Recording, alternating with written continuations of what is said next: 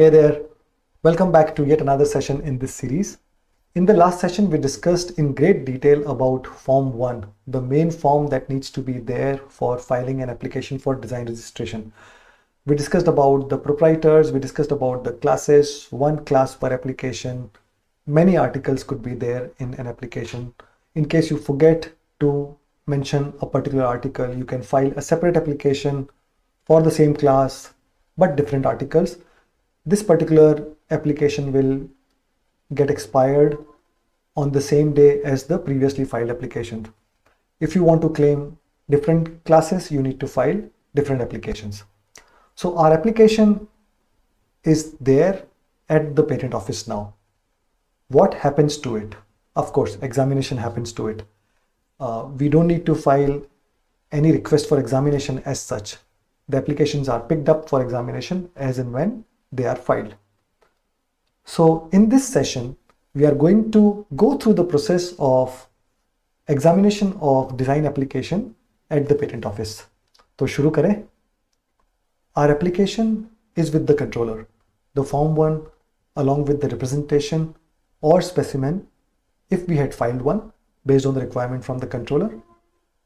At this stage, controller forwards the application to an examiner who conducts an examination on our application as per section 5.1, 5.2 and rule 18.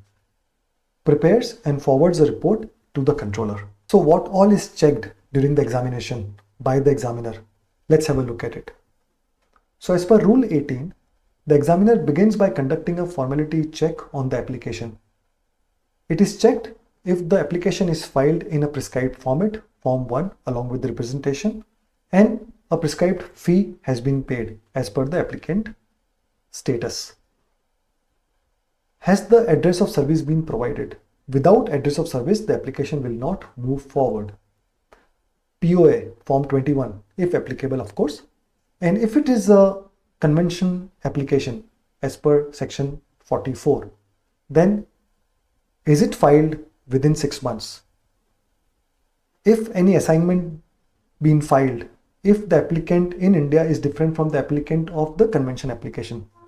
Similarly, if any certified copy is filed along with the application. If it is not filed, within 3 months, the application needs to be filed, because these details are important to establish the priority date, the application date of the convention application. Interestingly, only when the formal requirements are complied with, the application move forward in the processing. Considering it has passed this stage, what happens next? So again, as per rule 18, the examiner conducts a substantive examination. Now this is similar to the examination that happens for the patents also. This is where the actual merit of the design is verified or evaluated. For instance, is it a design under the Act? Section 2D provides a definition. So is it in compliance with that definition? Similarly, is it a new or original? Remember section 2G and section 4A, which says novelty. If it contains scandalous or obscene matter, section 4C. What about public order or morality? If it is against those, section 35.1 talks about it. No such design registration will be allowed. Similarly, if it is against the security of India, section 34, section 46. Similar section is there for the patents also. We are required to obtain FFL before filing an application abroad, right? Let's spend some more time with regards to understanding how do they evaluate new or original, basically novelty and obviousness. Let's take a look. So the examiner conducts a novelty search in databases. The search could be conducted class-wise or article-wise to identify if there are any previously registered designs or there are designs which have been used or published before the filing date of this particular application. In such cases, novelty objections or obviousness objections will be raised and the applicant needs to provide their justification or argument in terms of how their designs are different from, let's say, previously registered or previously used or published designs which have been available in the public domain before the filing date. Now, with regards to this previously registered designs, let's take a look at a few interesting use cases. So here are a couple of use cases with regards to previously registered designs or published designs. As per section 6.3, if for the earlier registered design and the current application, if the applicants are same for same or another class, then the current application will be allowed. No novelty objections, no obviousness objections, with the limitation that the current application will be predated to the earlier application. Therefore, both the applications will have the same duration, copyright duration, and they will expire on the same day, coterminous. We looked at this term in the previous session. On the other hand, as per section 6.4, if the applicants are different for the earlier registered design and published design and the current application, for the same design on other article or for a design with insignificant modification on same or other article, interestingly, the current application can be allowed provided if the current applicant becomes the proprietor of the earlier registered design as well, by way of assignment of transfer of ownership during the pendency of this current application, of course. Again, here also the current application will get predated to the earlier application and they will expire on the same day, coterminous. I hope I was able to make you understand this.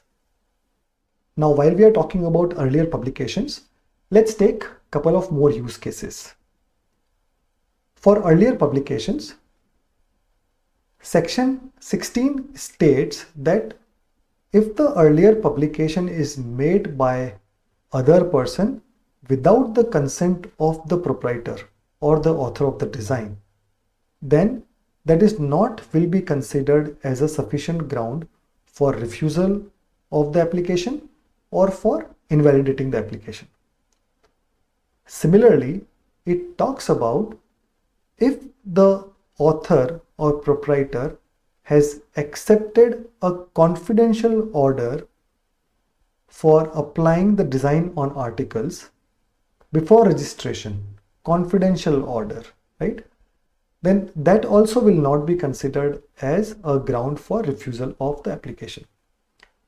We have similar grounds in patents also, not to be considered as anticipation. Remember? Section 30 to 34 there, section 16 here. Let's discuss few more use cases.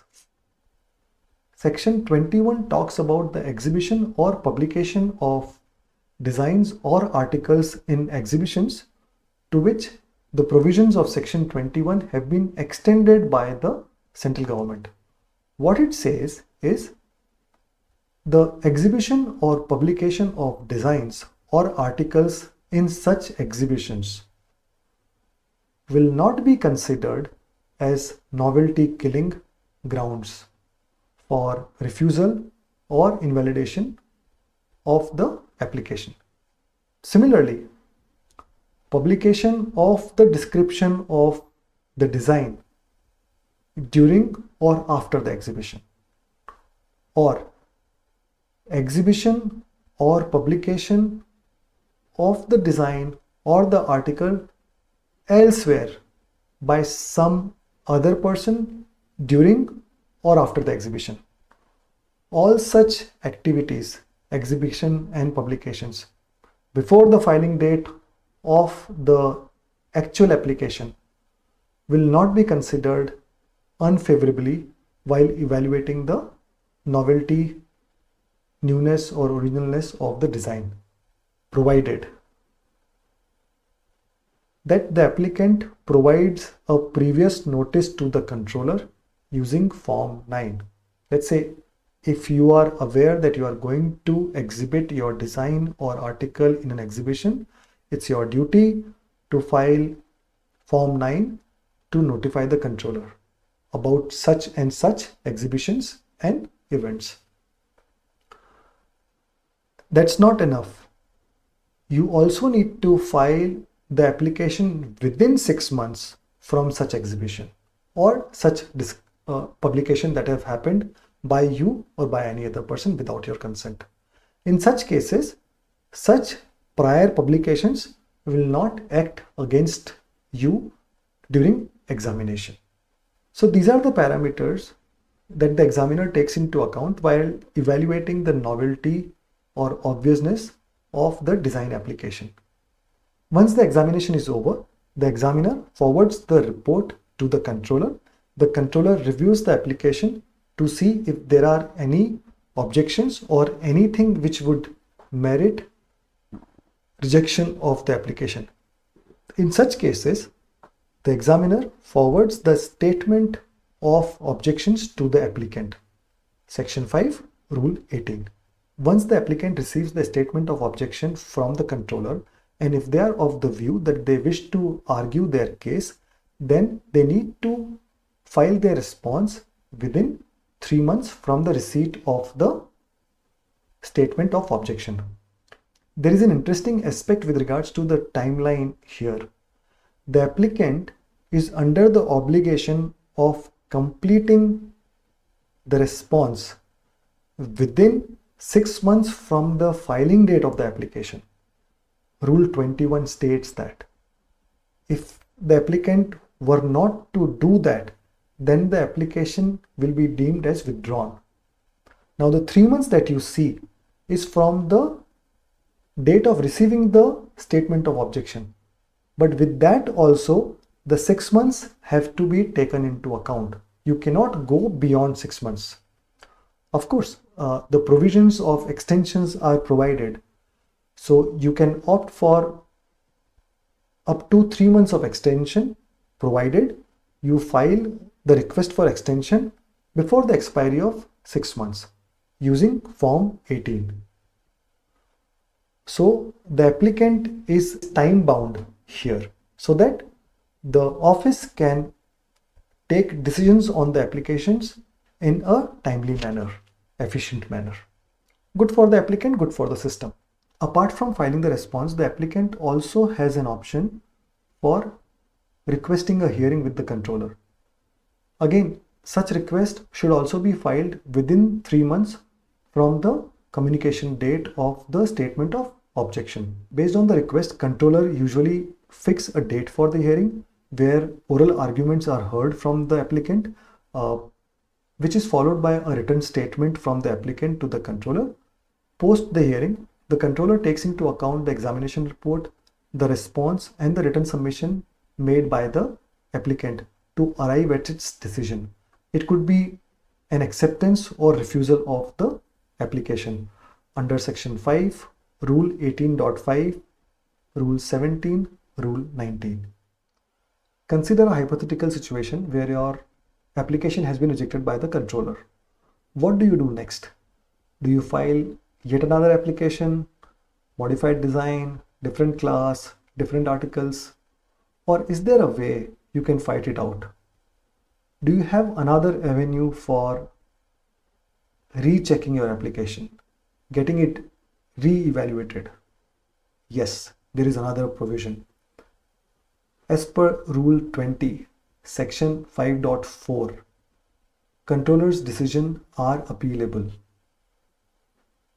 You can appeal the decisions of the controller in High Court. Such an appeal needs to be filed within 3 months from the date of the controller's decision. So you get another chance to revive your application, to have another set of arguments. Good enough, right? With this, we are done with the registration process. At this stage, we await for the next steps from the patent office. Basically, the publication of the registered design, the registration of the registered design, issuance of the certificate to the applicant. So what is the process around it? We'll discuss that process in the next video.